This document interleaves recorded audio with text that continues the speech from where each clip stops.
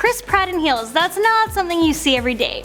But heels actually play a big role in this movie, so we will get to that further down on the list. Hey guys, I'm Court McGinley, and let's get started on our list of the top 5 hidden mistakes in Jurassic World. Coming in at number 5, the Great White Shark. So let's forget for a second how poorly animated this shark was. Maybe having such great animations done on the dinos left little room in the budget for the shark. So paying no attention to that, let's look at the fact that the great white sharks are pretty high up there on the endangered species list. Apparently there are only around 3,500 great white sharks left in the wild. Or should I now say 3,499. So yeah, I don't think PETA would have been okay with the sharks being fed to the Mosasaurus as a meal. In at number 4, training.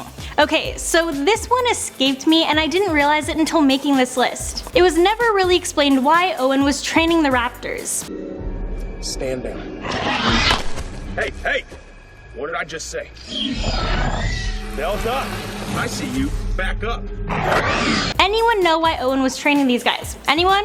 No? Yeah, me either. Obviously, there's the fact that they wanted to prove that raptors had the ability to be trained, but it didn't really go much deeper than that. But to be fair, it was also a way to show the audience why Blue and Owen did have their strong bond. There have been speculations on why the raptors were being trained though. For one, previous Jurassic Park storylines have shown that raptors, like lions, are pack hunters. They need an alpha male. So it suggested that Owen was their alpha male. It was also suggested that they imprinted on Owen when they were born, as he was there to witness them hatch.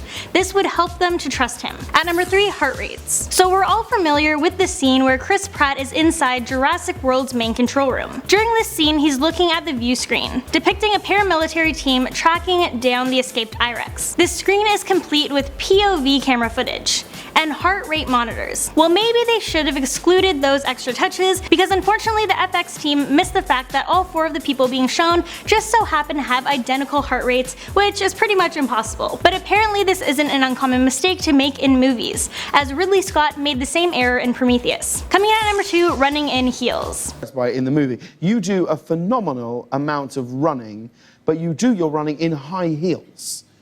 And it's genuinely impressive.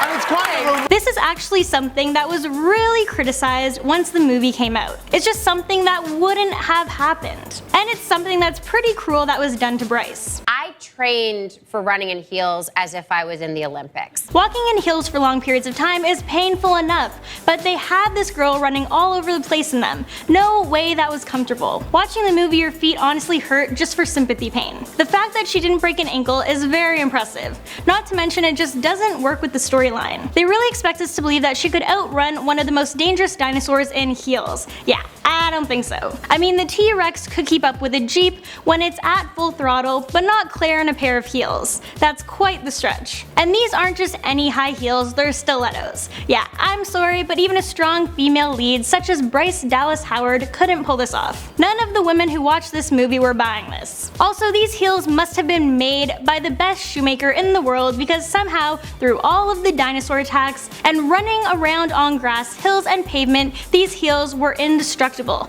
Not a heel broken off. Whoever made these should come out of hiding and sell to the masses. They could easily make a fortune. Yeah, apparently nothing can break Claire's heels, not even gravity or science. And at number 1, the Jeep. There are a few plot holes when it comes to Jeeps in this movie, most noticeable being when the 2 young boys somehow know how to quickly repair a Jeep that's over 20 years old. Yeah, because that's a thing that could happen. But let's just say, by some miracle, they actually could repair it. Any remaining gasoline that was still in the tank would have become unusable. Also, due to how much time has passed, the tires on the Jeep would have rotted away if not gotten chewed up by a dinosaur. Also, all of the electrics on the Jeep would be dead. If it was being stored somewhere dry, like in the desert or a garage, it could have survived. But the fact that it was left on a tropical island in a garage with a bunch of holes in the roof, making it pretty exposed to all of the island's weather conditions, yeah, that doesn't really work out too well. Alright, and it's that time of the video where I answer your questions and read comments, so let's get started. These questions and comments are from our top 5 scariest dinosaurs in Jurassic World video. Breeze Feather She-Cat said, "I love your videos, and what's your favorite dinosaur?" Thank you so much, and my favorite dinosaur would have to be a Velociraptor